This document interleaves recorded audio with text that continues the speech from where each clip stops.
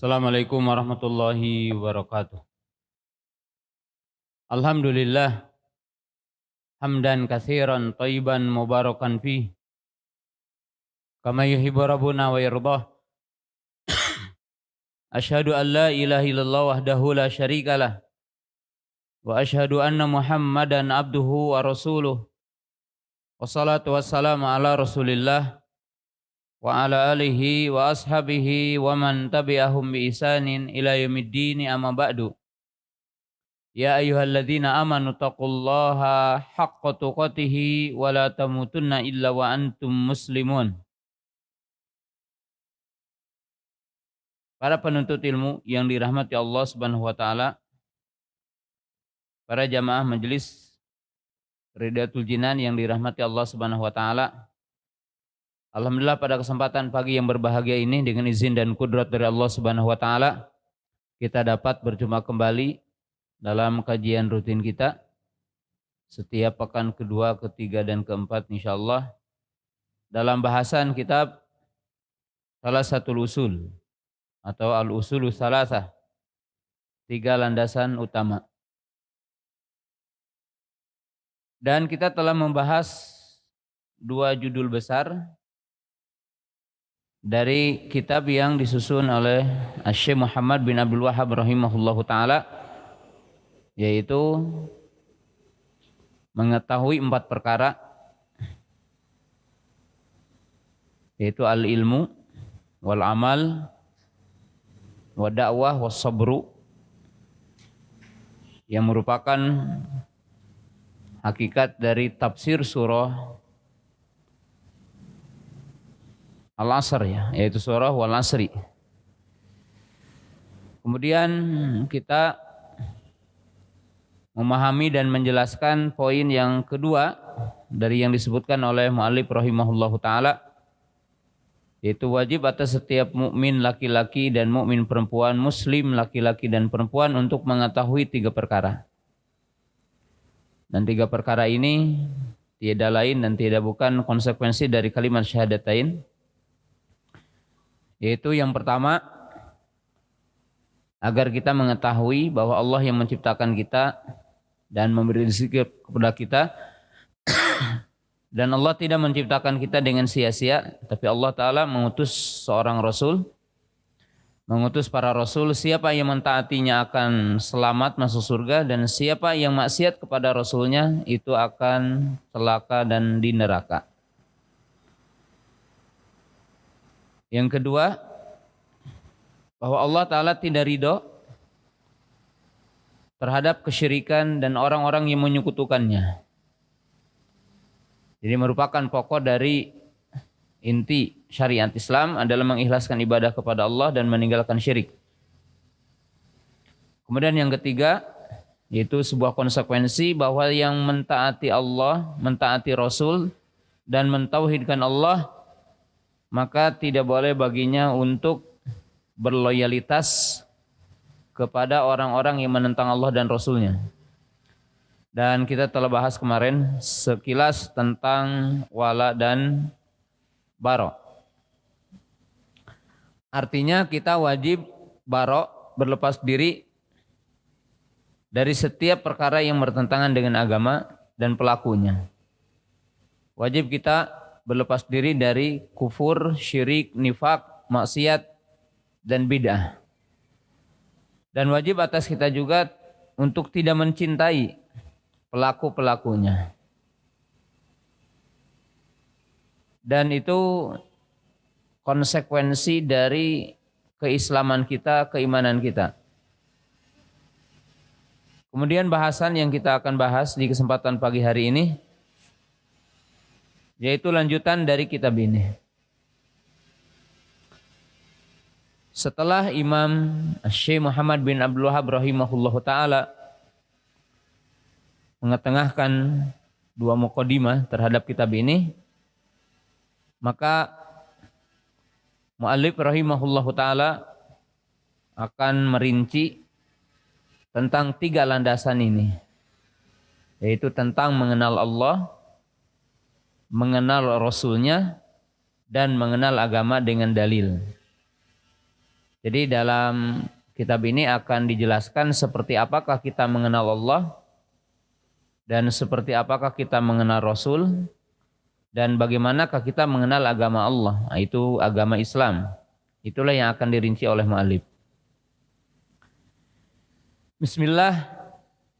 Qala al-mu'allif rahimahullahu ta'ala i'lam arsyadakallahu li ta'atihi annal hanifiyata millata Ibrahim an ta'budallaha wahdahu mukhlishan lahuddin wa bidzalika amarallahu jami'an nasi wa khalaqahum laha kama qala ta'ala wa ma khalaqtul jinna wal insa illa liya'budun wa ma'na ya'buduni ay yuwahhiduni wa a'zamu ma amarallahu bihi at-tauhidu wa a'zamu wa huwa ifradullahi bil ibadah wa a'zamu ma naha anhu asyirku wa huwa da'watu ghairihi ma'ahu wad dalilu qauluhu ta'ala wa'budullaha wa la tusyriku bihi syai'a. Perhatikan kaum muslimin, para jamaah, para ibu yang dirahmati Allah Ta'ala. Di sini mu'allif kembali mengatakan i'lam arsyadakallahu li ta'atihi. I'lam, ketahuilah. Jadi ini li tanbih, untuk memberikan satu peringatan. Kalau dalam dunia pendidikan namanya apersepsi. Artinya menyiapkan bagaimana peserta didik supaya siap untuk mendengar apa yang akan dibahas. Ya. Termasuk merapihkan saf, merapihkan kondisi kelas dan sebagainya. Dan ini dengan kata-kata. Kemudian setelah itu seperti biasa bahwa Syekh rahimahullahu ta'ala seorang tentunya ulama robani yang penuh kasih sayang kepada pembaca dan murid-muridnya, senantiasa berdoa arsyadakallahu li ta'atihi, yang semoga Allah membimbingmu untuk taat kepadanya. Jadi ini doa dari seorang guru kepada muridnya, baik yang langsung ada di depannya atau di sini termasuk kita sebagai pembacanya dari kitab ini. Arsyadakallahu li ta'atihi, yang semoga Allah membimbingmu dan menunjukkanmu untuk taat kepadanya.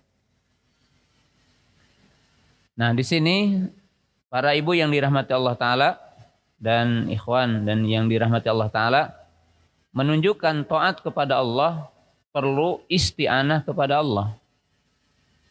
Jadi untuk kita taat kepada Allah dan untuk bisa taat kepada Allah perlu dibarengi dengan doa. Makanya dalam surah Al-Fatihah itu Allah menggabungkan 2 poin. Yaitu nisful ibadah wa nisfu isti'anah. Oleh sebab itu dalam surah Al-Fatihah kita tahu iyyaka na'budu wa iyyaka nasta'in. Kata para ulama agama ini dibagi 2, setengahnya ibadah, setengahnya adalah isti'anah. Maka dianjurkan ketika kita akan berbuat sesuatu dengan mengatakan Bismillahirrahmanirrahim.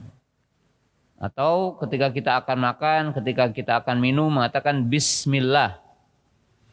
Kalau kita akan menulis disertasi atau menulis tulisan atau melakukan perbuatan, maka mengucapkan Bismillahirrahmanirrahim. Itu adalah basmalah.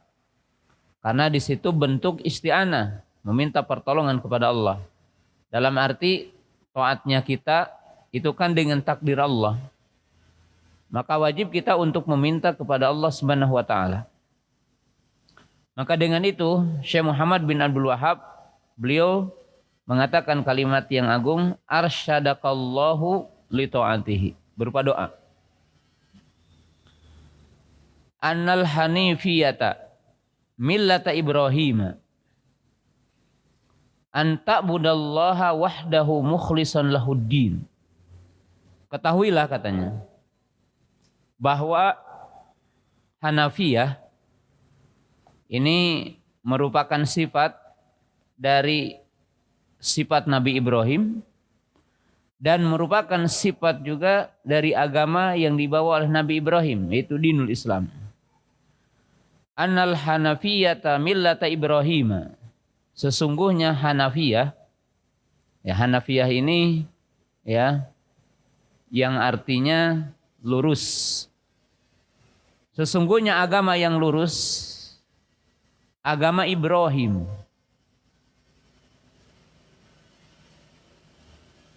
Jadi di sini adalah badal. Hanafiyah millata Ibrahim.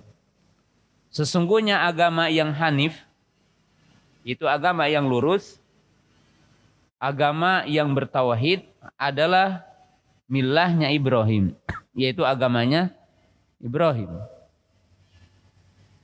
Anta budallaha wahdahu mukhlishalahuddin, yaitu engkau beribadah hanya kepada Allah dan mengikhlaskan baginya agama. Jadi agama Hanafiyah adalah agama tauhid, yaitu agama Ibrahim alaihi salam.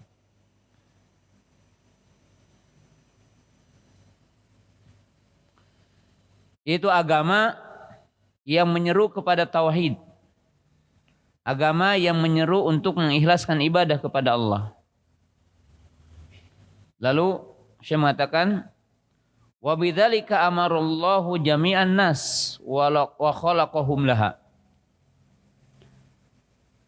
Dan dengan tauhid itu Allah memerintahkan semua manusia. Artinya semua manusia diseru, diperintah untuk mentauhidkannya. Artinya mentauhidkan Allah Ta'ala. Wa khalaqahum laha. Dan hikmah Allah menciptakan mereka manusia untuk bertauhid. Sebagaimana jelaskan dalam surah Ad-Dariyat ya. Ayat 56, surah 51 ayat 56. Wa ma khalaqtul jinna wal insa illa liya'budun. Dan tidaklah aku menciptakan jin dan manusia kecuali agar mereka beribadah kepadaku.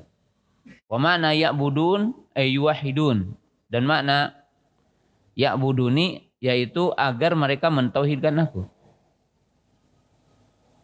Kemudian beliau berkata, wa a'bamu ma amarallahu bihi at-tauhidu wa huwa ifradullahi bil ibadah. Dan perintah Allah yang paling agung adalah perintah untuk bertauhid. Artinya perintah Allah itu banyak, tapi perintah yang paling agung dari semua perintah Allah adalah perintah untuk mentauhidkannya. Tauhid adalah mengesahkan Allah dengan ibadah. Jadi tauhid adalah mengesahkan Allah dengan ibadah. Nanti penjelasannya. Wa a'bamu manaha anhu asyirku. Dan perkara yang paling besar yang Allah larang adalah syirik. Jadi larangan yang paling besar adalah larangan syirik. Wa huwa da'watu ghairihi ma'ahu. Apa itu syirik kata beliau? Yaitu beribadah kepada selainnya atau menduakan Allah dalam beribadah. Dan dalilnya adalah firman Allah Ta'ala, wa'budullaha wa la tusyriku bihi syai'a. Dan beribadahlah kepada Allah dan janganlah kalian menyekutukan Allah dengan sesuatu apapun. Ya.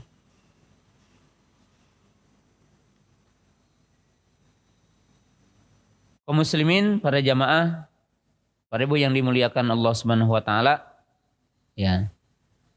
Kita lihat di kalimat muallif rahimahullahu taala, kita tidak akan mengulangi lagi kalimat arsyadakallahu li ta'atihi, yang intinya di sini sebagai dalil akan kemuliaan Syekh dari sisi syafaqah ma'a talamidihi, penuh kasih sayang beliau kepada muridnya.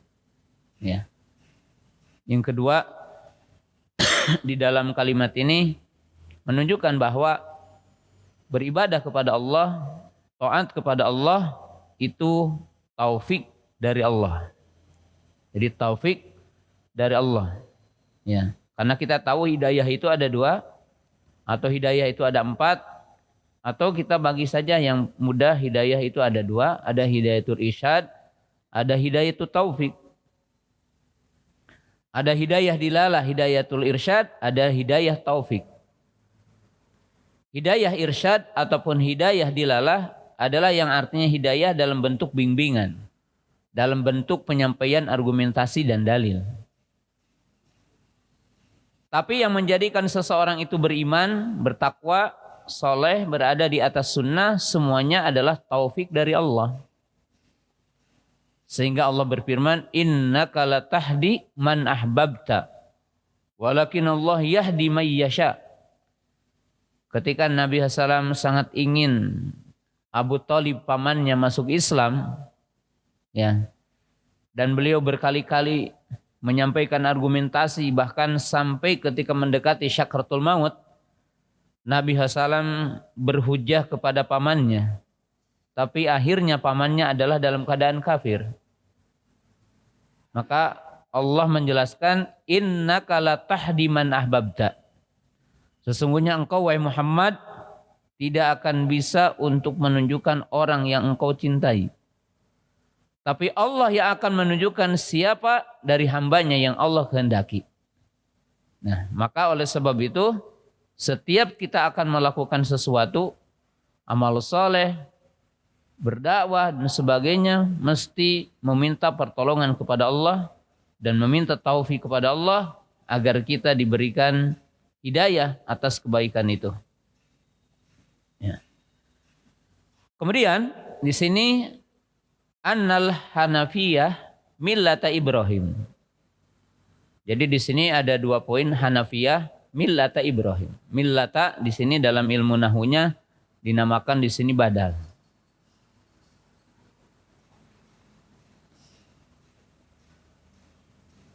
Kalimat hanif atau hanafiyah atau dikatakan hanifan dalam Al-Quran dan Sunnah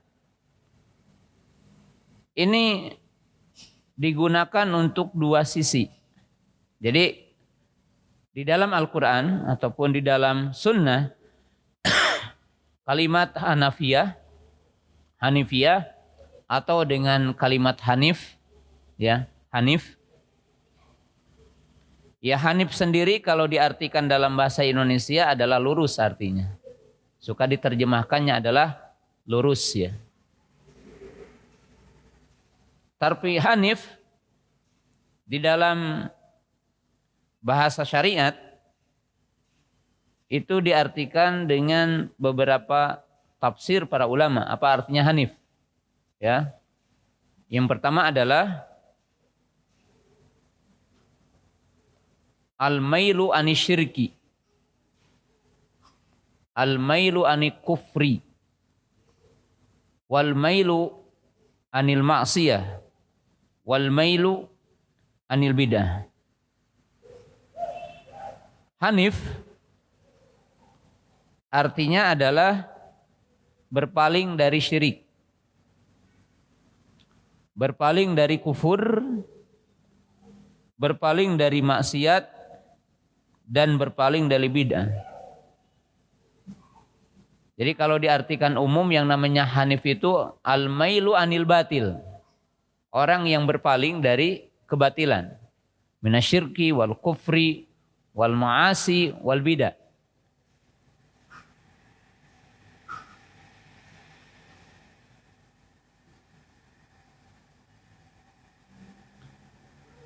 Atau diartikan dari makna hanif dari sisi lugawi dan di situ makna istilahi, al-hanif adalah al-muqbilu alal haq wal mu'ridu anil batil. Yani al-muqbilu alal haq wal mu'ridu anil batil. Hanif artinya adalah menghadap kepada kebenaran dan berpaling dari kebatilan. Itu namanya hanif.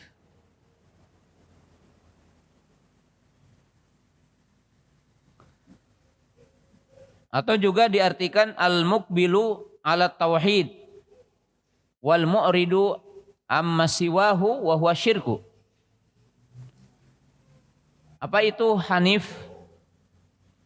Hanif artinya seseorang itu menghadap kepada tauhid dan berpaling dari syirik.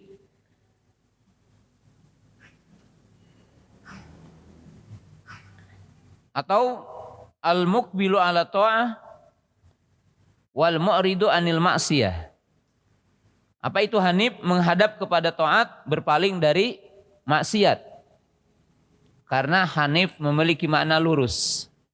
Al-mustaqimu ala din. Yang lurus dalam agama. Bertauhid, taat, mukmin, ya. Tidak musyrik, tidak kufur, tidak maksiat, tidak bidah. Ya. Kemudian Hanifiyah atau Hanif di dalam Al-Quran menjadi sebuah sifat untuk dua hakikat. Jadi kalimat Hanif atau Hanifiyah di dalam Quran ataupun di dalam hadis itu sebuah sifat untuk dua sisi.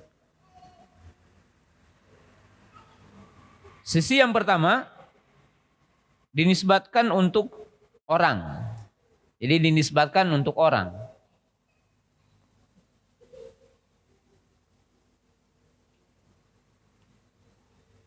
Seperti Allah mensifati Nabi Ibrahim dengan Hanif. Jadi seperti Allah mensifati Nabi Ibrahim dengan Hanif.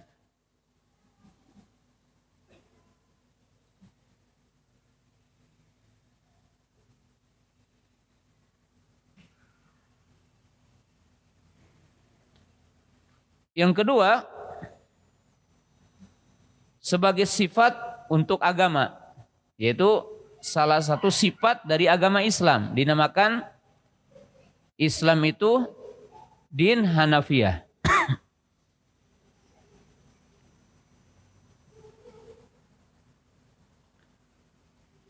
Ketika Rasulullah SAW ditanya, ayul adyan ahabu ilallah. Waqala Nabi sallallahu alaihi wasallam al-hanafiyatu samhah. Yani ayul adyan ahabu ilallah. Qala al-hanafiyatu samhah. Bahwa Nabi sallallahu alaihi wasallam pernah ditanya, agama yang mana yang paling dicintai di sisi Allah? Maka Nabi sallallahu alaihi wasallam mengatakan al-hanafiyatu samhah. Agama yang lurus dan agama yang toleran. Ya, agama yang lurus, agama yang toleran, agama yang penuh dengan kemudahan.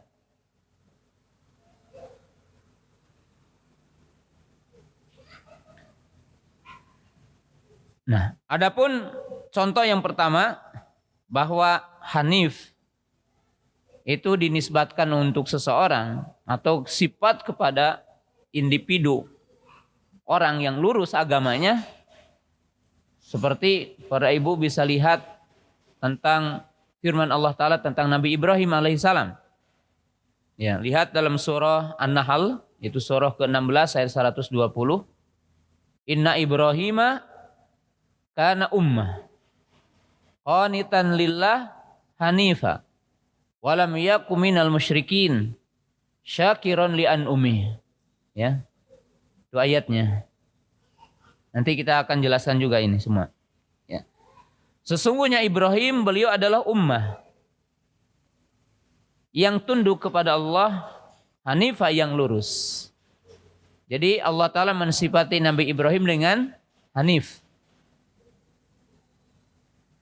Dalam surah Al-Imran ayat 67 Allah berfirman, maka na Ibrahimu Yahudiyya wala Nasraniyya walakin kana Hanifah Muslima.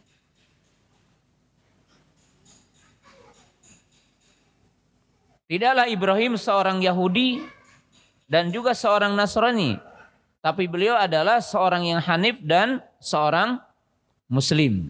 Wa makana minal musyrikin, dan tidaklah beliau termasuk orang-orang yang menyekutukan Allah Ta'ala. Ya, jadi dari sejumlah Ayat ini menunjukkan bahwa kalimat hanif yang ada di dalam nas Al-Quran ataupun hadis Nabi SAW itu digunakan untuk dua hakikat, itu dua sisi. Kadang dialamatkan untuk individu orang, berarti kalau orang dinamakan fulan hanif, kan kita suka bilang si fulan hanif ya. Ketika seseorang disifati dengan hanif, maka mensifati poin-poin yang tadi, yaitu muwahhid, bertauhid, min ahli ta'ah, walaysa min ahli maksiyah, wa min ahli sunnah, wa daw ahlakil karimah. Ketika orang disebutkan orangnya hanif, apa itu? Ya dia bertauhid, dia tidak musyrik, tidak kafir, dia min ahli ta'ah, bukan ahlu maksiat, bukan peminum khamar, bukan pezina, bukan pencuri, ya, tapi hanif. Muqbilu ala ta'ah, orang yang menghadap kepada taat. Ya. Kemudian apa? Memiliki akhlak yang mulia, ahli sunnah, sunni, dawi akhlakil karimah, orang yang memiliki akhlak budi pekerti yang luhur, maka dikatakan hanif. Ya. Maka ketika Allah Subhanahu wa taala mensifati Nabi Ibrahim, disifati dengan sejumlah sifat. Ummah. Salah satu tafsirnya apa? Qudwah. Nabi Ibrahim itu sebagai ummah, yaitu qudwah, sebagai suri tauladan. Ya, yang memiliki sifat memberi contoh. Sebagaimana juga dijelaskan dalam surah Al-Mumtahanah. Kemudian kunut, yakni dawamu ta'ah, yaitu orang yang selalu beliau taat kepada Allah. Dawamu ta'ah. Ya, qanitan. Ai al-qunut dawamu ta'ah. Hanifan ai mustaqim. Al-muqbilu ala tauhid. Walam yakum minal musyrikin. Dan tidak termasuk orang-orang yang menyekutukan apa? Allah. Syakiron li an umi. Beliau adalah orang yang selalu bersyukur kepada nikmat yang Allah berikan. Nah, maka ini sifat untuk orang. Nah, sedangkan yang kedua, bahwa kalimat hanif atau hanafiyah sifat untuk agama ini. Islam dinamakan din al-hanifiyah. Dinu hanif. Ay dinu tauhid. Din alladhi yad'u ila tauhid. Din alladhi yu'allimun nas bitauhid. Yang dimaksud dengan kalimat hanif ketika dinisbatkan kepada Islam, ya, maka yang dimaksud adalah agama yang mengajarkan tauhid. Ya. Agama yang lurus, ia mengajarkan tauhid, tidak mengajarkan syirik. Di dalam Al-Quran, Allah Subhanahu wa Ta'ala mengulang-ulang kata-kata hanif. Ya, bisa dilihat ya. Pertama dalam surah Al-Baqarah ayat 135. Ketika ahlul kitab berkata wa qalu kunu hudan aw nasara tahtadu. Qul bal millata Ibrahim hanifa wa ma kana minal musyrikin. Kan kita tahu orang Yahudi menyembah Uzair. Orang Nasara menyembah siapa? Isa ibnu Maryam. Dan mereka mengagungkan kuburan-kuburan, mengagungkan orang-orang soleh yang telah mati. Ya, mereka menyembah berhala. Ketika mereka berkata, jadilah Yahudi ataupun Nasara, maka kalian akan mendapatkan petunjuk. Maka dibantah, kul, katakanlah, sesungguhnya agama Ibrahim hanif. Wa makana minal musyrikin. Jadi agama Ibrahim adalah agama yang hanif, itu dinul Islam di sini. Itu apa dinul Islam? Yaitu agama yang mengajak kepada tauhid dan tidak mengajarkan syirik. Kedua, lihat surah Ali Imran ayat 65 sampai ayat 68.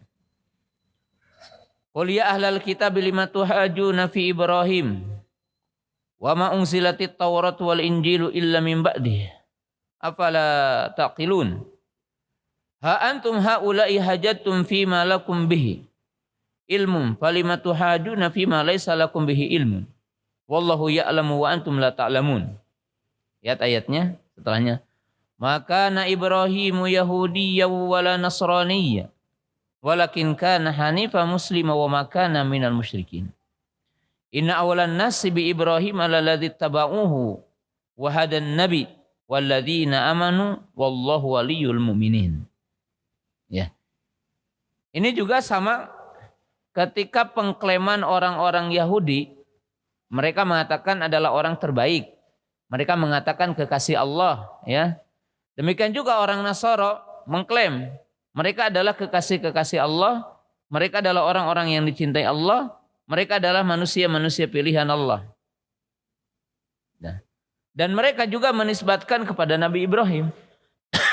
Maka dibantah, tidaklah Ibrahim itu Yahudi dan tidaklah Ibrahim itu Nasrani. Tapi Ibrahim adalah orang yang hanif dan muslim. Ya, artinya yang beragama Islam dan dia hanif. Kemudian lihat dalam surah Ali Imran ayat 95 supaya kita paham relevansi semua ayat-ayat ini. Qul sadaqallahu fattabi'u millata Ibrahim hanifa wa ma kana minal musyrikin. Katakanlah, maha benar Allah, maka ikutilah agama Ibrahim yang hanif dan tidaklah beliau termasuk orang-orang yang musyrik. Ya, tidak seperti Yahudi yang menyembah Uzair, tidak seperti orang-orang Nasara yang menyembah Isa ibnu Maryam. Kemudian lihat pada surah An-Nisa ayat 125. Wa man ahsanu dinan mimman aslama wajhu lillahi wa huwa muhsin. Wattabi millata Ibrahim hanifa. Ya. Wattakhadallahu Ibrahim khalila. Siapa yang lebih baik agamanya daripada orang yang menyerahkan wajahnya kepada Allah dan dia berbuat ihsan dan mengikuti agama Ibrahim yang hanif. Ya, agama Ibrahim yang hanif. Jadi di sini sifat untuk agama. Kalau tadi sifat untuk apa? Orangnya. Ya. Kemudian lihat dalam surah Al-An'am ayat 78 sampai 79. Jadi kata-kata yang berkaitan dengan hanif. Falamma ra'a asy-syamsa bazighah qala hadza rabbi hadza akbaru. Falamma afalat qala ya qaumi inni bari'um mimma tusyrikun. Inni wajahtu wajhiya lilladzi fataras samawati wal arda hanifa wa ma ana minal musyrikin. Ini cerita Nabi Ibrahim bagaimana beliau berhujah kepada orang-orang yang musyrik waktu itu. Kemusyrikan di zaman Nabi Ibrahim menyembah planet ya. Kemusyrikan di zaman Nabi Nuh menyembah yaitu kuburan-kuburan, menyembah orang-orang soleh yang ada di kuburan, ya. Jadi kaum Nabi Nuh al-gulat fi sholihin, berlebih-lebihan dalam menempatkan orang soleh sehingga menyembah kuburan-kuburannya, mengagungkan kuburan-kuburan melebihi syar'i.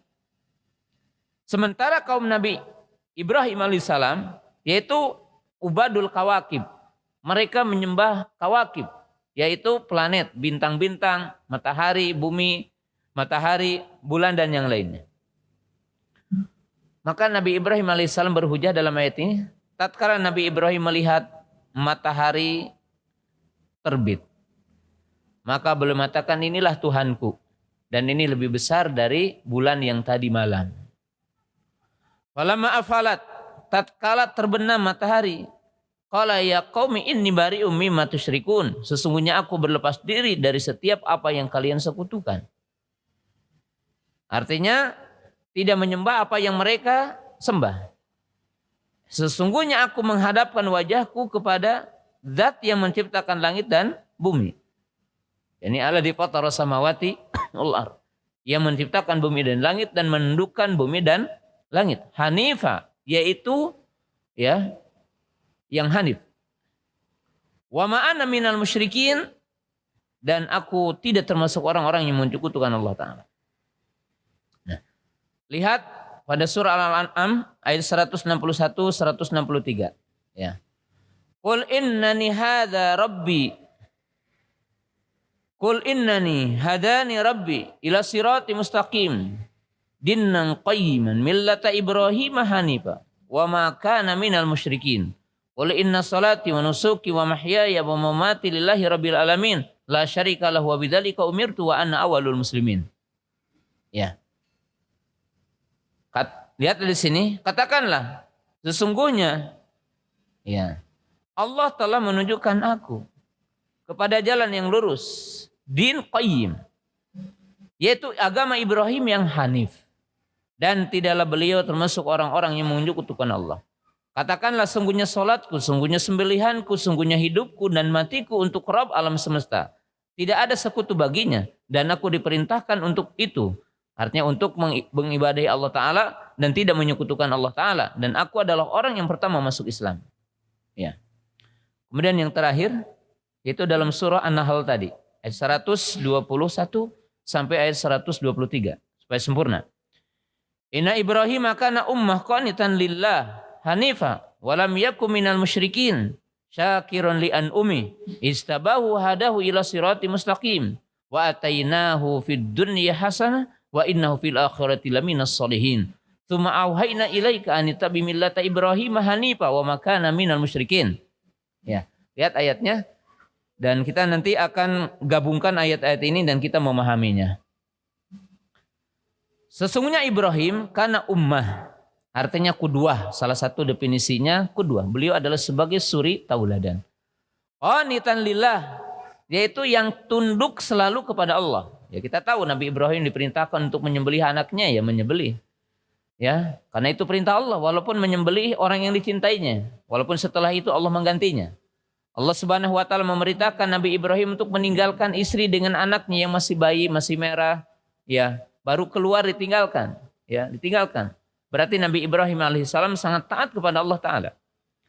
Hanifah artinya di sini adalah hanif, yaitu menghadap kepada tauhid dan tidak menyekutukan Allah, dan disertakan dan tidak menyekutukan Allah. Beliau adalah orang yang bersyukur kepada Allah. Jadi di sini ummah qanitan hanifah lam yakum minal musyrikin syakiran li an-umi. Bahwa Nabi Ibrahim alaihissalam diberikan sifat yang mulia dengan 5 sifat yang mulia di sini. Istabahu, dengan sebab beliau memiliki 5 sifat yang mulia ini, maka Allah memilihnya dan menunjukkannya kepada jalan yang lurus. Lalu Allah Ta'ala memberikan kepadanya kebaikan di dunia dan kebaikan di akhirat. Di akhirat termasuk dari orang-orang saleh. Kemudian aku wahyukan kepadanya. Kemudian aku wahyukan kepadamu wahai Muhammad untuk mengikuti agama Ibrahim yang hanif dan tidak termasuk orang-orang yang menyekutukan Allah Subhanahu wa taala. Nah,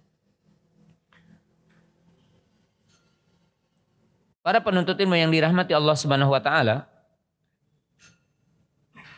dari sejumlah ayat yang di situ Allah menyebutkan kalimat hanif, hanifa, hanifa, hanifa, hanifa. Ya. Maka diambil pertama kesimpulannya tadi, kalimat hanif adalah satu sifat. Yang sifat itu digunakan untuk orang, dinamakan fulan hanif, seseorang itu hanif, yang artinya lurus. Ya. Lurus agamanya, lurus akhlaknya. Artinya dia hanif, bertauhid, taat, berakhlak. Itu arti dari hanif. Yang kedua, kalimat hanif ini satu sifat untuk agama Islam, untuk dinul Islam. Bahwa agama Islam adalah dinun hanif, din hanifiyah. Yang artinya adalah agama yang mengajarkan tauhid. Agama yang membimbing manusia kepada tauhid. Nah, ini kesimpulan yang pertama dari sejumlah hadis ini, bahwa kalimat hanif sifat untuk individu orang dan sifat untuk agama ini. Itu yang pertama. Yang kedua, pada ayat-ayat ini mengisyaratkan bahwa semua agama yang dibawa oleh para nabi adalah satu, yaitu Islam. Jadi semua agama yang dibawa oleh para nabi adalah satu yaitu Islam. Din yang hanif adalah Islam. Semua para nabi agamanya satu yaitu Islam. Maka dengan itu para ulama mengatakan Islam itu ada makna Islam am, ada makna Islam khas. Jadi kalimat Islam yang ada dalam Quran ya, itu menunjukkan dua makna. Ada Islam bermakna umum, ada Islam bermakna khusus.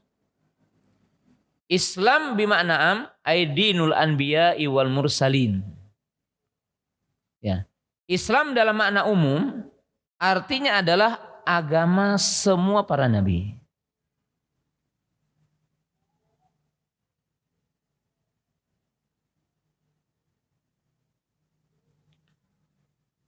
Oleh sebab itu, lihatlah ungkapan para nabi. Lihat ungkapan Nabi Nuh alaihissalam. Allah menyebutkannya dalam surat Yunus, surah ke-10 ayat 72. Fa in tawallaitum fama sa'altukum min ajri in ajriya ila Allah wa umirtu an akuna minal muslimin. Kan Nabi Nuh ini berdakwah siang dan malam, mengajak manusia bertauhid, ya. Kemudian dikatakan jika kalian berpaling, maka tidaklah aku akan bertanya kepada kalian dari upah menyampaikan dakwah ini. Hanyalah upah yang akan ada di sisi Allah Ta'ala. Aku diperintahkan untuk menjadi orang-orang muslim. Wa umirtu an akuna minal muslimin. Ucapan siapa? Nabi Nuh. Kemudian yang kedua, ucapan Nabi Ibrahim alaihissalam. Ini bisa dilihat dalam surah Al-Baqarah dulu, ayat 131, ayat 132. Idh qala lahu rabbuhu aslim qala aslamtu lillahi rabbil alamin. Wa wasabiha Ibrahimu bani wa Yaqub ya bani innallaha astafa lakumuddin fala tamutunna illa wa antum muslimun. Itu ayat 132-nya, ayat 131-nya tadi. Idh qala lahu rabbuhu aslim qala aslamtu lirabbil alamin. Berarti agama Nabi Ibrahim adalah agama Islam. Dan pada surah Ali Imran, yaitu yang tadi, maka na Ibrahimu Yahudiyya wala Nasraniyya wa kin kana hanifa muslima wa makana minal musyrikin. Yaitu ayat 67. Jadi yang menunjukkan semua agama para nabi adalah Islam. Dan lihat ucapan Nabi Yakub alaihissalam. Sebagaimana disebutkan dalam surah Al-Baqarah ayat setelahnya, ayat 133. Am kuntum syuhada idza hadara Yaqubal maut. Itu qala li banihi ma ta'buduna min ba'di. Qalu na'budu ilahaka wa ilaha abaika Ibrahim wa Ismail wa Ishaq ilaha wahida wa nahnu lahu muslimun. Ya. Jadi agama Nabi Yakub adalah Islam. Kemudian lihat perkataan Nabi Lut alaihi salam.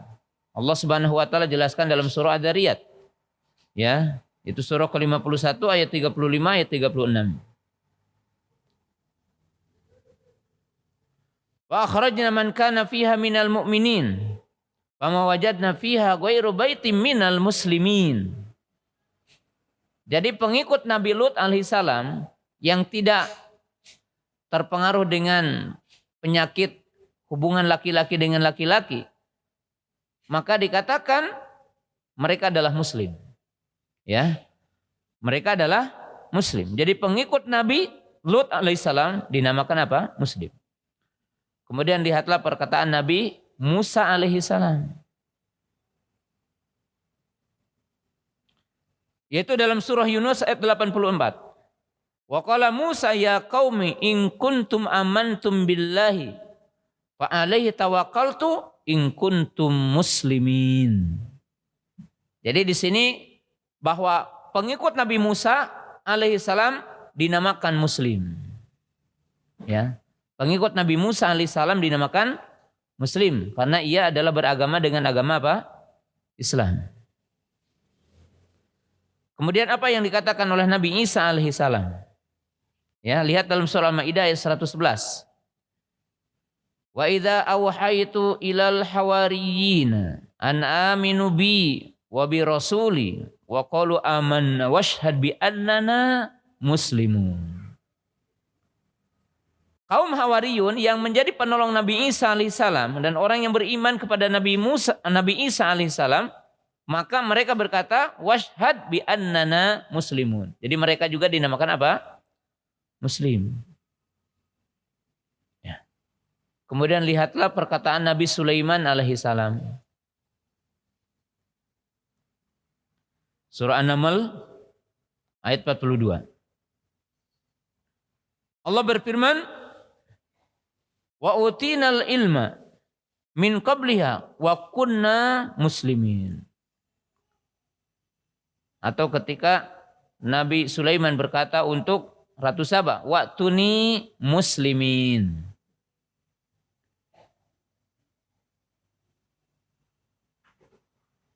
Nah, maka ini adalah Islam bimana umum. Karena seluruh para nabi agamanya satu, yaitu Islam.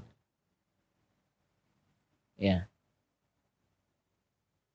Maka saya sering menjelaskan tidak benar kalau agama Yahudi dan Nasrani adalah agama samawi. Karena kalau diartikan agama samawi adalah agama yang turun dari langit. Yang turun dari Allah. Dan itu bukan agama yang turun dari Allah. Karena agama yang turun dari Allah hanya satu, yaitu apa? Islam. Dengan itu Allah berfirman, inna dina indallahil Islam. Nah, adapun yang kedua yang dinamakan Islam khusus, wa huwa syariah allati jaa biha nabiyina Muhammadun sallallahu alaihi wasallam. Adapun Islam yang khusus adalah syariat yang dibawa oleh Nabi kita Muhammad sallallahu alaihi wasallam. Ya.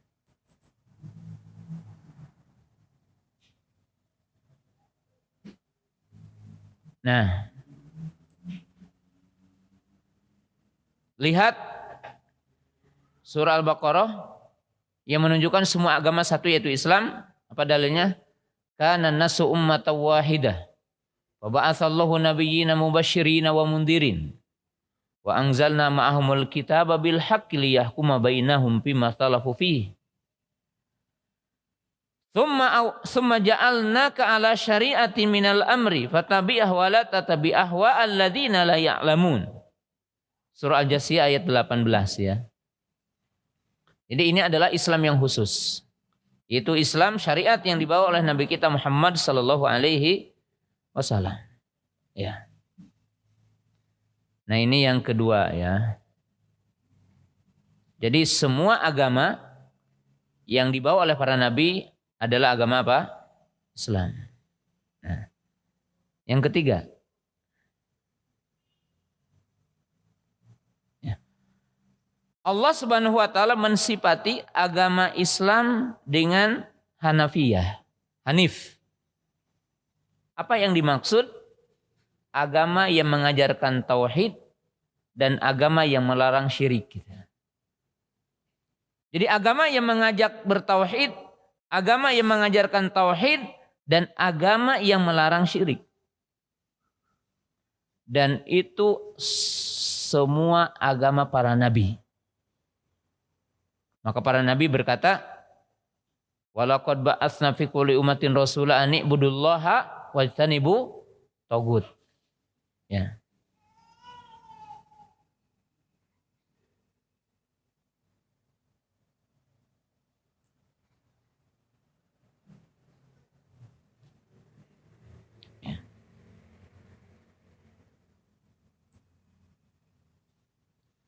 Nah, maka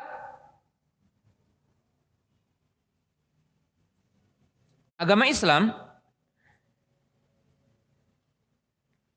dibangun atas pondasi yang kuat, yang mana pondasinya itu dikatakan sebagai berikut di sini. Apa sih pondasi agama Islam? Ya. Pondasi agama Islam itu pertama dibangun di atas 2 poin. Al-ibadatu wal ikhlas.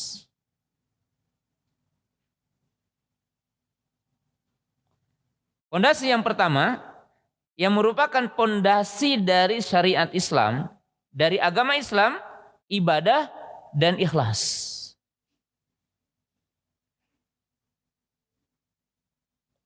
Yaitu di sini apa? Anta budallah wahdahu mukhlisan lahuddin.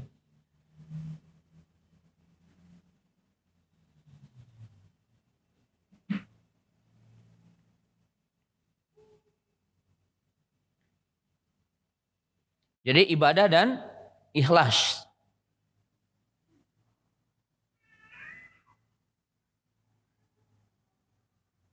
Itu pondasi pertamanya. Dan ini hakikat agama Islam. Maka dalam sejumlah ayat ketika Allah mensifati Nabi Ibrahim, selalu menggadaikan Hanifa wa makana minal musyrikin. Hanifa walam yaku minal musyrikin.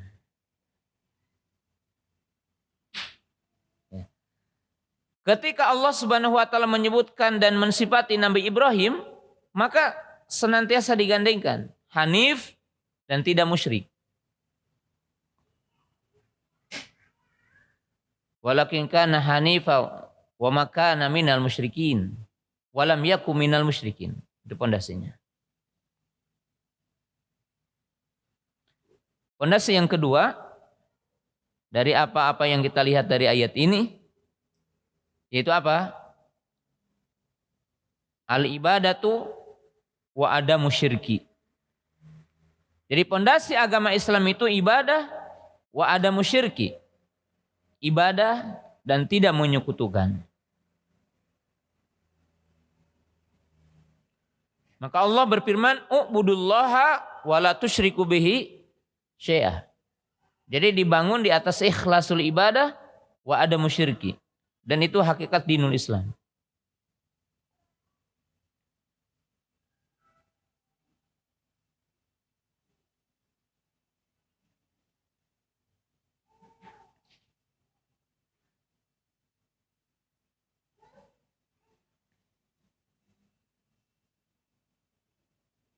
Nah,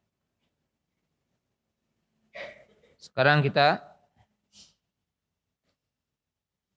akan ambil pelajaran dari apa yang disebutkan oleh Syekh rahimahullah taala di sini. Ya. Kaum muslimin, para jamaah, para penuntut ilmu yang dimuliakan Allah Subhanahu wa taala. Nah, kita lihat ucapan Syekh, annal hanifiyata millata Ibrahim. Jadi sekali lagi Nabi Ibrahim disifati dengan hanif. Dan Nabi Ibrahim alaihissalam memiliki banyak sifat yang mulia. Dalam surah An-Nahl tadi Allah menyebutkan dengan 5 sifat. Yang pertama ummah, yaitu qudwah, sebagai suri tauladan. Laqad kanat lakum fi Ibrahim waladina ma'ahu. Artinya telah terdapat suri tauladan dalam diri Ibrahim dan pengikutnya. Kemudian qanita, kunut, yang artinya dawamu ta'ah. Dan Nabi Ibrahim alaihissalam seorang hamba Allah, seorang nabi yang sempurna ketaatannya. Kita bisa lihat di dalam sejarah yang disebutkan dalam Al-Quran, berbagai ujian yang menimpa kepada Nabi Ibrahim, yang mana ujian itu bukan sekedar diuji dengan musibah, tapi ujian yang akan menimpa kepada kita ada 3. Ujian dalam bentuk perintah, ujian dalam bentuk larangan, ujian dalam bentuk musibah. Dan para ulama mengatakan, orang yang sabar kepada perintah lebih afdal dari orang yang sabar kepada larangan. Dan orang yang sabar kepada larangan lebih afdal dari orang yang sabar kepada musibah. Nabi Ibrahim sempurna. Dan Nabi Ibrahim alaihissalam diuji dengan perintah-perintah yang paling sulit. Sebagaimana kita tahu, ketika Nabi Ibrahim alaihissalam sangat menginginkan punya anak, ya, sampai beliau menikah dulu dengan istri yang keduanya. Istri yang keduanya hamil dan lahir anak. Istri yang pertamanya juga dianugerahi anak. Sehingga lahirlah Ismail dengan apa? Dengan Ishak. Ketika dalam kondisi sangat mencintai, maka Nabi Ibrahim alaihissalam diperintahkan untuk meninggalkan istrinya dan anaknya yang masih bayi. Ya. Kemudian menjelang dewasa, Allah memerintahkannya untuk menyembelihnya. Maka Nabi Ibrahim alaihissalam melakukannya. Dan Nabi Ismail memberikan motivasi kepada bapaknya. Ya, agar melakukan apa yang diperintahkan Allah. Jadi sempurna. Nabi Ibrahim alaihissalam. Dan sunnah Nabi Ibrahim kepada kita banyak hari ini berkaitan dengan ibadah haji, berkaitan dengan ibadah kurban, dan ibadah-ibadah yang lain. Dan yang paling pokok adalah sunnah Nabi Ibrahim adalah tauhid. Ya. Anta'budallaha wahdahu mukhlishan lahuddin. Wa bidzalika amarallahu jami'an nas wa khalaqahum laha. Jadi di sini menunjukkan bahwa salah satu hikmah dan tujuan Allah menciptakan manusia agar mentauhidkannya. Wa ma khalaqtul jinna wal insa illa liya'budun. Ya. Sedikit kita jelaskan bahwa Allah menyebutkan jin sebelum manusia. Karena penciptaan jin lebih dahulu dari penciptaan manusia. Jin diciptakan dari api dan manusia diciptakan dari tanah dan malaikat diciptakan dari cahaya. Ya.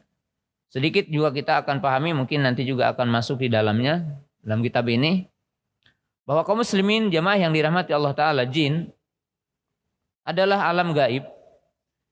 Alam gaib.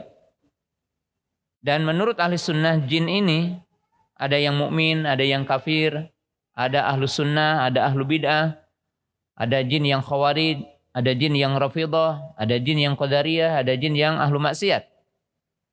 Ya. Dan jin memiliki kemampuan yang Allah Ta'ala berikan. Dan jin itu makhluk yang diciptakan Allah Ta'ala dalam bentuk yang sangat jelek, ya. Jadi dalam bentuk yang sangat jelek. Dan tidak ada manusia yang bisa melihat jin dalam bentuk aslinya. Jadi kalau ada orang yang mengklaim bisa melihat jin dalam bentuk aslinya, fahuwa kadzdzab, maka dia adalah dusta. Tapi jin terkadang suka menjelma. Artinya suka dia berubah bentuk. Dan bisa berbentuk manusia, menyerupai seseorang. Dan jin tidak bisa menyerupai Nabi SAW. Karena syaitan tidak bisa menyerupai Nabi SAW. Ya. Jin bisa menjelma menjadi seekor ular, seekor kalajengking, seekor anjing. Ya. Sebagaimana disebutkan dalam hadis-hadis yang sahih. Dan ada beberapa tempat yang paling dicintai oleh jin. Ya, apa aja? Satu, tempat-tempat yang kotor. Kedua, lembah. Ketiga, toilet, ya, kakus-kakus. Kemudian kuburan-kuburan. Kemudian juga rumah yang tidak dibaca di dalamnya zikir. Innal malaikata la tadkhulu baitan fihi kalbun wala surah. Kemudian menyenangi tempat yang dinamakan kandang unta.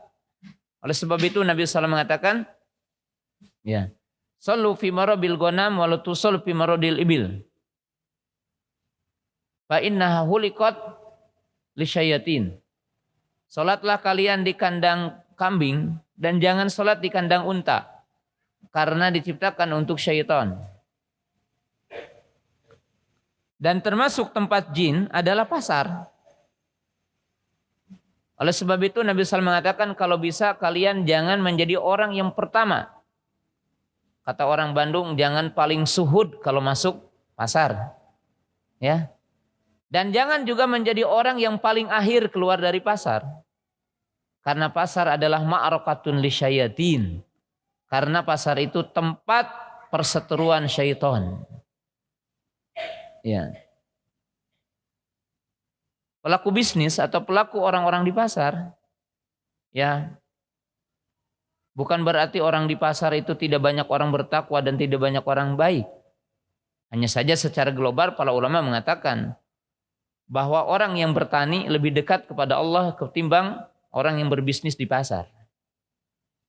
Karena umumnya kalau petani dia menanam, dia ingat kepada Allah, dia menyiram, mengingat juga kepada Allah Ta'ala, lihat ya perkembangan dari tanamannya, selalu ingat kepada Allah ghalibnya. Dan petani ghalibnya adalah tidak sombong.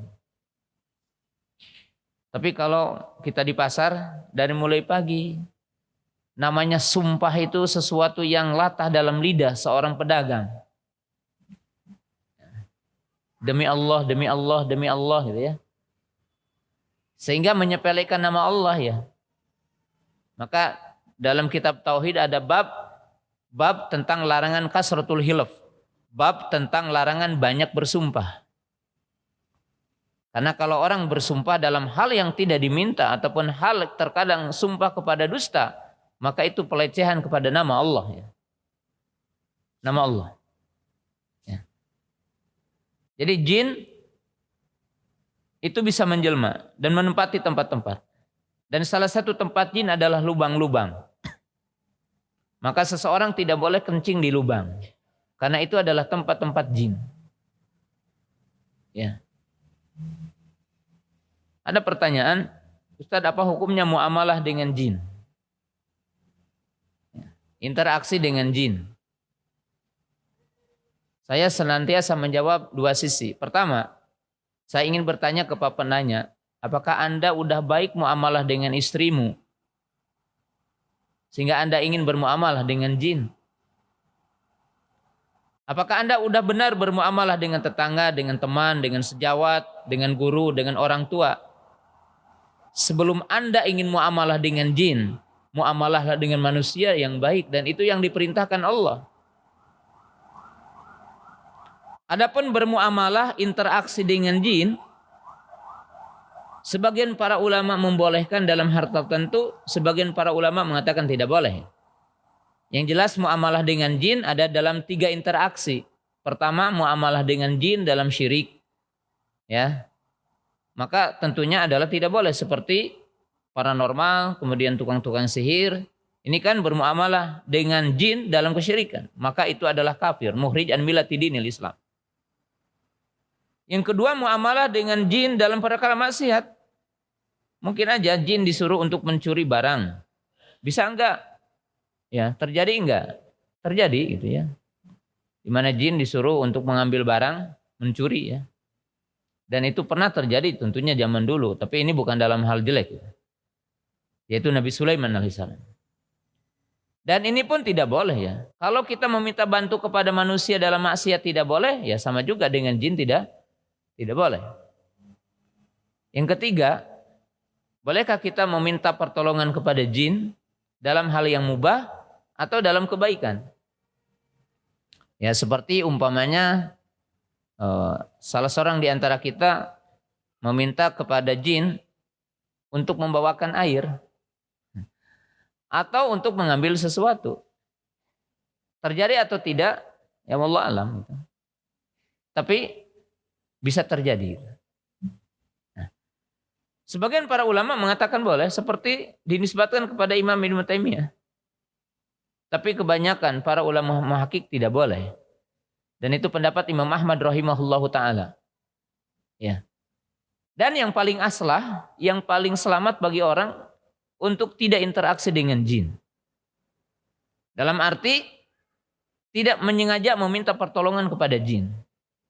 Adapun interaksi dengan jin tanpa disengaja, ya hari ini juga ada jin mungkin ikut taklim usulus salasah.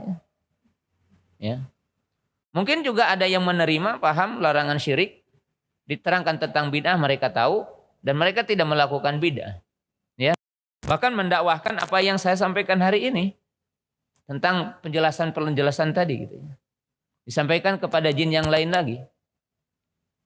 Nah, tapi aslahnya jangan interaksi dengan jin. Kenapa? Karena ada rambu-rambu. Wa annahu kana rijalun minal insi ya'uduna birijalin minal jinni fazaduhum rahaqa. Dan sesungguhnya sekelompok dari manusia mereka meminta perlindungan pertolongan kepada jin. Maka tidaklah perbuatan itu kecuali menjauhkan mereka dari Allah. Jadi kan dalam ayat ini tidak secara langsung dikatakan muamalah yang syirik ya. Dimungkinkan muamalah yang mubah itu juga rentang kepada syirik. Kenapa? Ada beberapa sisi. Yang pertama, setiap di antara kita tidak tahu jin secara pasti muslimkah, kafirkah, munafikkah atau bukan. Sunni atau bukan, kita tidak tahu ya. Kemudian lama-kelamaan ketika orang itu meyakini akan kekuatan jin, ketika ia meminta kekuatan kepada jin, maka lama-kelamaan akan mengikuti perintahnya. Jadi akan mengikuti apa? Perintahnya. Kemudian yang ketiga juga akan berbuat sombong dia. Ya, bahwa dia punya kekuatan gaib ya, dia. Dan menjadikan orang lain mempercayai dia sebagai orang yang punya kekuatan gaib dengan sebab-sebab apa yang terjadi di situ. Ya, maka seyogianya ya. Tapi kalau orang itu terjadi kemudian selamat dari semua itu, ya, seyogianya juga tidak bisa diingkari secara mutlak tentang kemungkinan orang bermuamalah dengan jin. Tapi aslah bagi orang, ya, seperti saya sering menyampaikan, umumnya orang yang menjadikan ruqyah sebagai satu kehidupan, kan kalau kita meruqyah disunahkan ya, meruqyah kapan saja kepada diri, kepada orang lain ketika. Tapi kalau ruqyah itu dijadikan satu apa? Satu profesi atau ruqyah itu satu hal yang dibuat-buat. Saya tidak sedikit ya, bahkan ustadz yang mengaku sunni salafi itu terjerumus kepada penyimpangan ketika orang itu berlebihan di sisi itu. Ada beberapa ustadz itu, saya heran. Itu ketika meruqyah sepertinya dia mengambil jin, dilempar. Gini-gini, itu apaan? Dari mana seperti itu? Seolah-olah dia memindahkan jin dari jasad. Ya. Bahkan jin katanya dimasukin gentong gitu kan. Dipindahin. Itu dari mana gitu ya. Ya, itu hurafat ya. Karena syaitan itu menggelincirkan orang step demi step, setahap demi setahap sampai dia jauh dari Allah Ta'ala. Ya.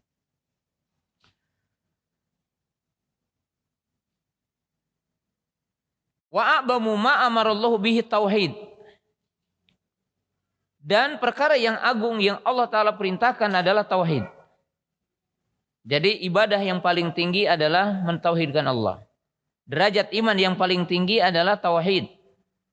Derajat akidah yang paling tinggi adalah tauhid. Wa huwa ifradullahi bil ibadah. Ya.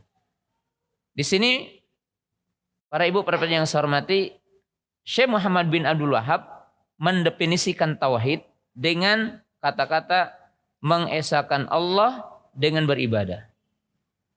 Wa a'dhamu manah anhu syirku, dan yang paling agung atau yang paling besar yang Allah larang adalah syirik, yaitu memalingkan ibadah kepada selain Allah. Ya.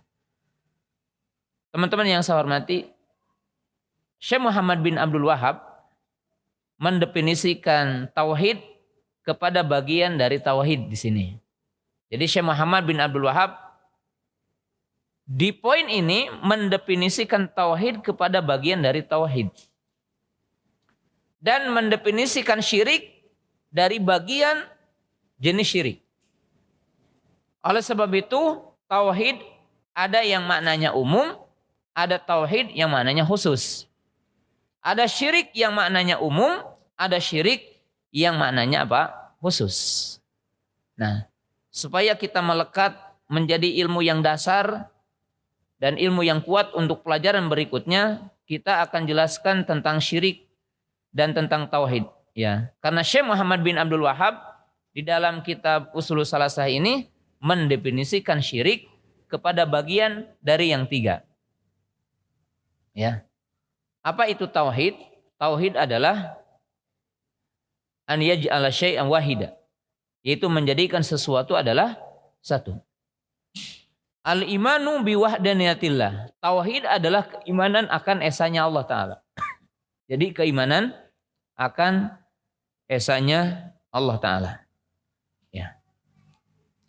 Tauhid ketika didefinisikan oleh para ulama, ada definisi umum, ada definisi khusus.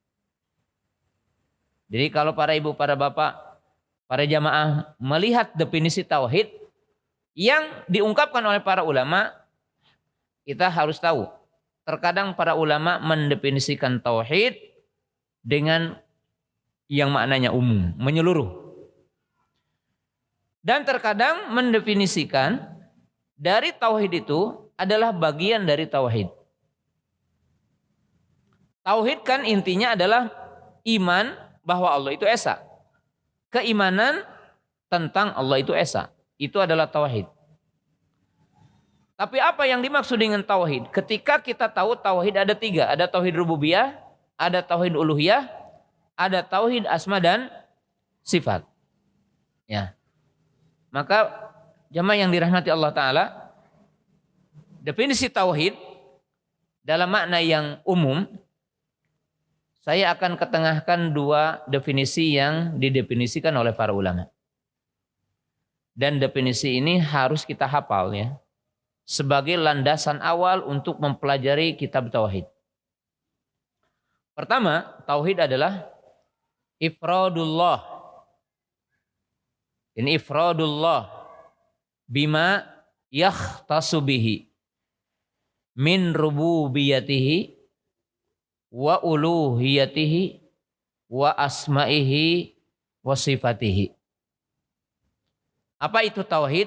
Ifradullah, mengesakan Allah. Bima yakhtasu bihi, dengan perkara yang dikhususkan baginya. Dari rububiyahnya, dari uluhiyahnya, dan dari nama dan sifatnya. Artinya tauhid itu mengesakan Allah dalam rububiyahnya, mengesakan Allah dalam uluhiyahnya, dan mengesakan Allah dalam nama dan sifat. Itu namanya apa? Tauhid dalam makna umum, mencakup 3 ya. Definisi yang kedua, ini definisi dikatakan oleh Imam As-Safarini dalam kitabnya Lawaimul Anwar. Apa kata beliau? Ini lebih singkat, padat, dan mudah untuk dihafal. Apa kata beliau? Tauhid ifradul ma'bud. Ifradul ma'bud.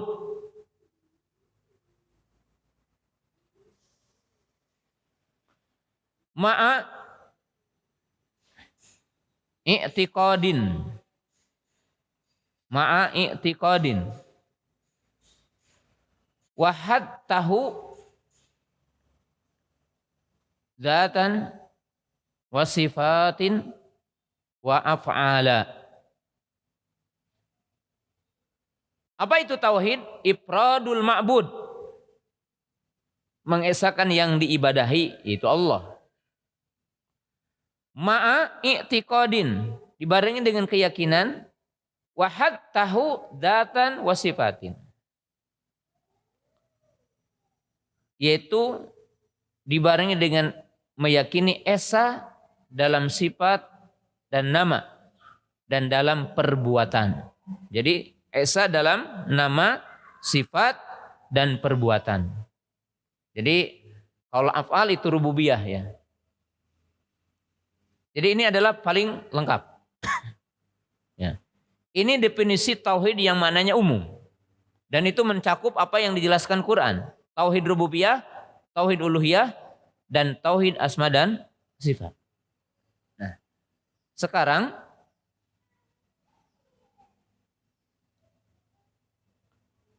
definisi tauhid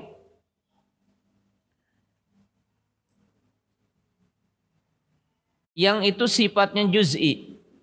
Ya, juz'i apa artinya? Didefinisikan dengan sebagian dari hakikat tauhid. Syekh Muhammad bin Abdul Wahhab di sini mendefinisikan tauhid kepada bagian dari tauhid yang 3 tadi, yaitu mendefinisikan tauhid uluhiyah. Tidak secara langsung mentauhidkan rububiyah dan tidak langsung mendefinisikan tauhid asma dan sifat, tapi beliau hanya mendefinisikan tauhid uluhiyah. Apa tauhid uluhiyah itu? Adalah ifradullahi bil ibadah. Yaitu mengesahkan Allah dengan beribadah. Mengesahkan Allah Ta'ala dengan beribadah.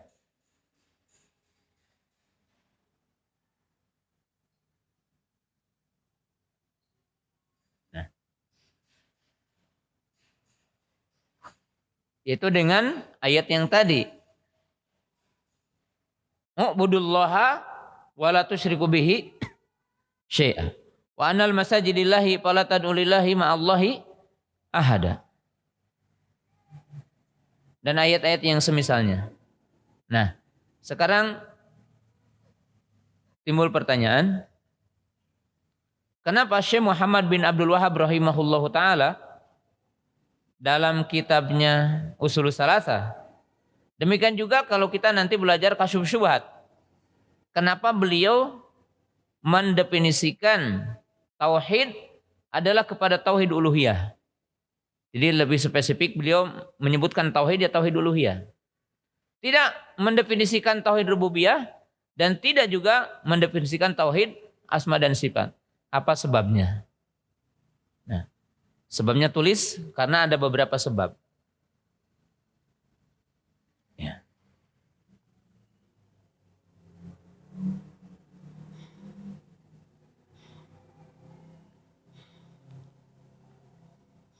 Yang pertama, dalam sebuah kaidah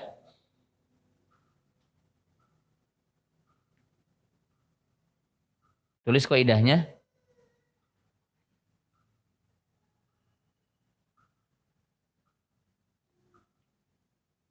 Iqraru at-tauhid rububiyah, iqraru at-tauhid ar-rububiyah yastalzimu iqrarun tauhid uluhiyah. Yani iqraru tauhid rububiyah yastalzimu iqraru tauhid uluhiyah. Ini kaidahnya. Terjemahnya, menetapkan tauhid rububiyah menuntut seseorang untuk menetapkan tauhid uluhiyah. Dalam arti siapa yang mentauhidkan Allah dalam rububiyah, yang mencipta hanya Allah, yang memiliki hanya Allah, yang mengatur hanya Allah, maka mesti mentauhidkan Allah dengan ibadah. Seperti disebutkan dalam surah Al-Baqarah ayat 21 dan setelahnya, 21 22. Ya ayuhan nasu ubudu rabbakumul ladzi khalaqakum wal ladzina min qablikum la'allakum tattaqun alladzi ja'ala lakumul arda firasan was sama binaa wa anzala minas samai ma'an fa akhraja bihi minas samarati rizqan lakum fala taj'alu lillahi andadan wa antum ta'lamun. Yang kedua, at-tauhidul uluhiyah mutadammin li tauhid rububiyah. Yani at-tauhid uluhiyah mutadammin li tauhid rububiyah. Perhatikan supaya paham nanti. Menetapkan tauhid uluhiyah mengandung penetapan tauhid rububiyah. Artinya yang mengesahkan Allah dalam uluhiyah mesti mengesahkan Allah dalam rububiyahnya. Gak mungkin kita mengesahkan Allah dalam beribadah, kita tidak meyakini Allah esa dalam pemilikan penciptaan. Ya. Nah. Maka dengan dasar ini, Syekh Muhammad bin Abdul Wahhab tidak mendefinisikan tauhid rububiyah. Karena dalam kategori siapa yang menetapkan tauhid uluhiyah mengandung makna menetapkan tauhid apa? Rububiyah. Jadi tidak perlu di situ. Tapi yang menetapkan tauhid rububiyah belum tentu menetapkan tauhid uluhiyah. Kan kalau ditanya yang datang ke Nyi Roro Kidul dan menyembelih sapi, ataupun orang yang sekarang ketika akan bikin rumah menyembelih sapi atau menyembelih kambing atau menyembelih ayam hitam, kemudian darahnya di diteteskan ke sudut-sudut rumahnya, ya. Kemudian ketika orang itu akan menanam padi, dia menyediakan sesaji untuk siapa? Untuk Dewi Sri. Semuanya meyakini yang menciptakan, yang menghidupkan, yang menurunkan hujan Allah. Tapi ketika meminta mereka menyekutukan Allah. Maka yang menetapkan tauhid rububiyah dituntut menetapkan tauhid uluhiyah walaupun tidak semuanya melakukannya.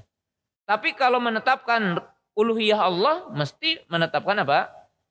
Rububiyah. Jadi mutadhamin, mengandung. Ya, maka di sini. Itu yang pertama. Yang kedua,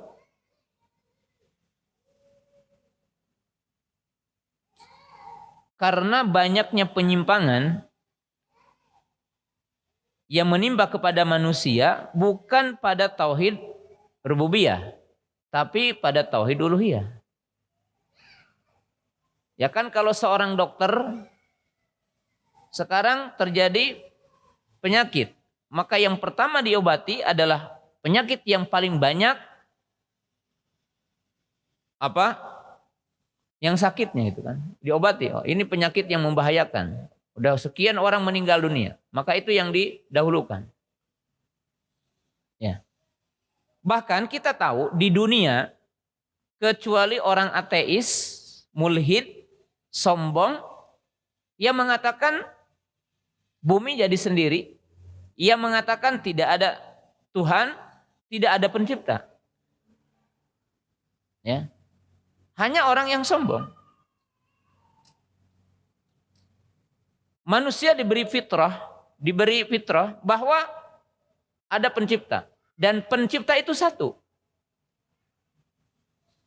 Hatta orang-orang sejenis ya Majusi dan semisalnya, kemudian orang-orang yang anisme dinamisme atau yang semisal mereka, tetap mereka meyakini ada dua sembahan, ada dua Tuhan.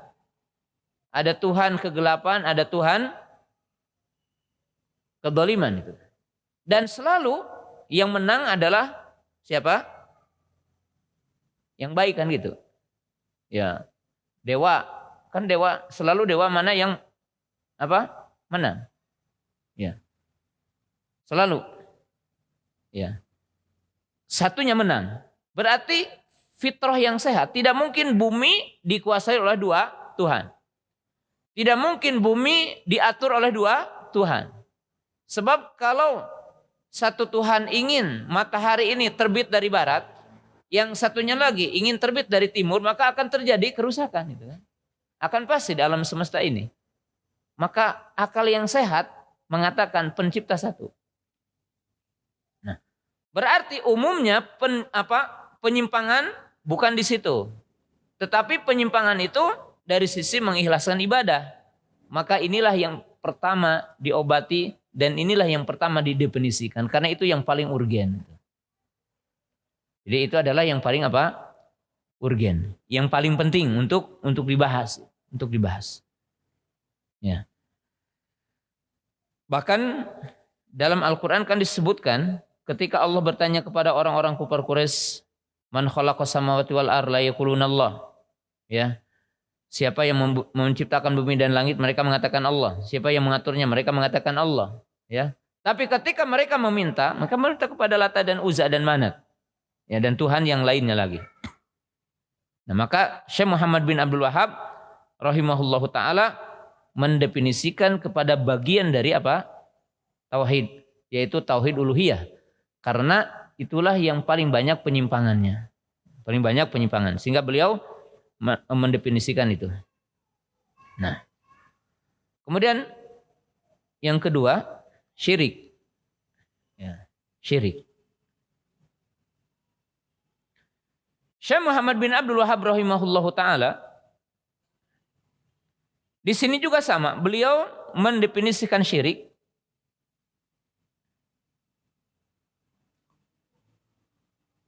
dengan bagian dari jenis syirik. Karena syirik apabila kita bandingkan dengan definisi tauhid, maka syirik secara global juga ada 3. Asyirku fi rububiyah, asyirku fi uluhiyah, asyirku fi asma'illahi wa sifatihi. Ya. Demikian juga syirik. Syirik hakikatnya terbagi kepada 3. Ya, karena di sini ada syirik yang maknanya umum, ada syirik yang maknanya apa? Khusus. Syirik dalam makna umum adalah ja'lu syai'in min haqqillah li ghairihi. Yani ja'lu syai'in min haqqillahi li ghairihi. Itu definisi syirik. Kalau maknanya umum. Itu apa? Menjadikan sesuatu yang merupakan hak Allah untuk yang lainnya. Jadi menjadikan sesuatu yang merupakan hak Allah semata, maka itu dijadikan untuk yang lainnya. Lalu Nabi SAW memberikan definisi umum juga. Apa itu syirik? Antaja'ala lillahi nidan. Antaja'ala lillahi nidan. Yaitu engkau menjadikan bagi Allah sekutu. Itu namanya syirik. Dan itu bisa sekutu dalam rububiyahnya seperti orang meyakini ada lagi pencipta selain Allah.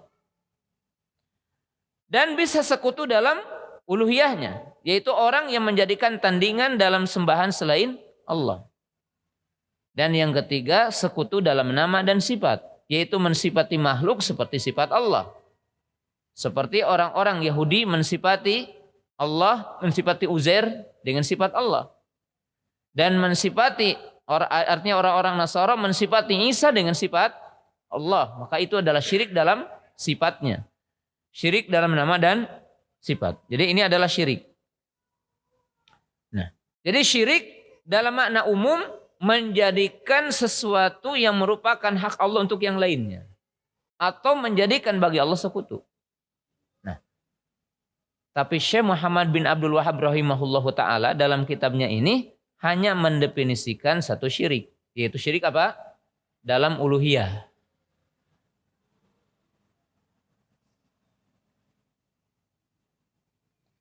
Apa syirik dalam uluhiyah itu?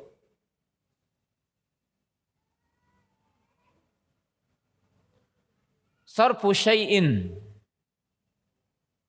minal ibadati li ghairillah. Yani sarfu syai'in minal ibadati li ghairillah. Apa itu syirik? Ini syirik dalam uluhiyah dan ini yang paling banyak. Yaitu memalingkan salah satu jenis ibadah untuk selain Allah. Yaitu menghadapkan satu jenis ibadah kepada selain Allah. Yang semestinya ibadah hanya untuk Allah. Seperti cinta, mahabbah, roja, khauf, tawakal, inabah, doa. Itu adalah hanya untuk Allah. Lalu orang itu memalingkan kepada selain Allah. Maka itu namanya apa? Syirik.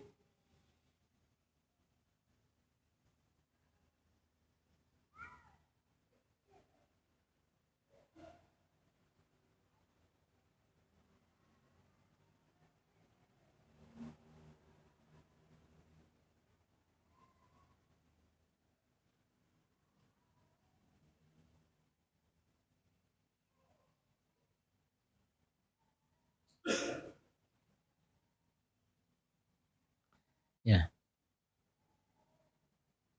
Lalu pertanyaan lagi, kenapa Syekh Muhammad bin Abdul Wahhab rahimahullahu ta'ala hanya mendefinisikan syirik itu syirik dalam uluhiyah? Tadi, karena umumnya dalam rububiyah itu hanya sedikit yang menyimpang. Kemudian, kenapa beliau ini mendefinisikan hanya syirik dalam uluhiyah, tidak dalam asma wa sifat?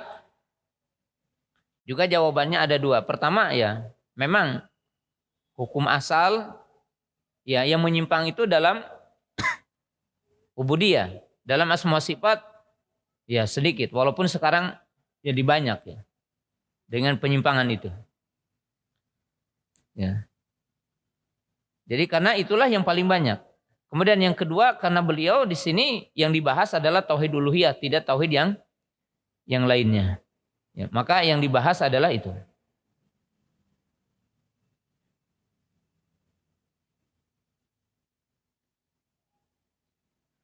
Kemudian yang terakhir dari bahasan ini,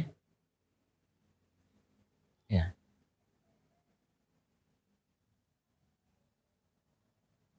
bahwa di kalimat terakhir Syekh Muhammad bin Abdul Wahhab ini mengatakan, urusan yang paling besar adalah tauhid dari perintah-perintah Allah, yang merupakan urusan yang paling besar adalah tauhid.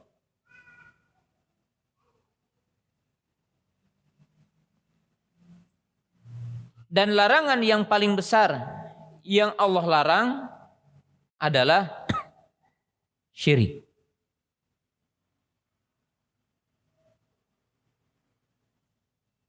Ya.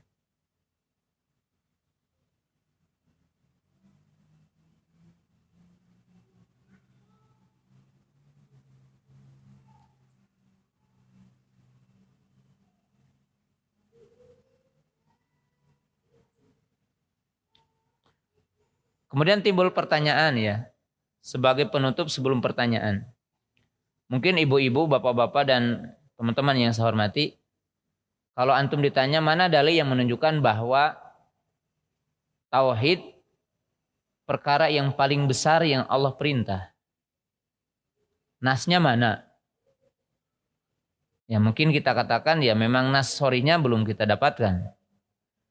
Tapi kalau ditanya mana dalil yang menunjukkan bahwa syirik adalah perkara yang dilarang Allah paling besar, akan dengan cepat kita menjawab inna syirka ladulmun adzim. Yaitu disebutkan dalam surah apa? Luqman, inna syirka ladulmun adzim. Berarti sekarang wajib kita tafakuh fid din. Mana dalil yang menunjukkan bahwa perkara tauhid adalah perkara terbesar yang Allah perintah untuk hambanya? Maka dikatakan oleh para ulama adalah dalil yang sifatnya khorijiyah, artinya dalil yang tidak langsung letterlock gitu. Lalu dari mana kita akan tahu itu? Akan tahu dengan beberapa poin ini. Yang pertama ini kan udah, tapi ini untuk jawab di sini. Yang pertama, bahwa Allah menjelaskan tujuan penciptaan jin dan manusia untuk mentauhidkannya. Berarti urusan yang paling besar yang Allah perintah kepada hambanya adalah tauhid. Karena salah satu hikmah dan tujuan Allah menciptakan jin dan manusia untuk beribadah kepadanya. Yang kedua, bahwa semua para nabi diperintah untuk mendakwahkan tauhid dan menjadi inti dakwah mereka. Ayatnya udah sering kita bacakan, walaqad ba'atsna fi kulli ummatin rasula an ibudullaha wajtanibut tagut. Ketiga,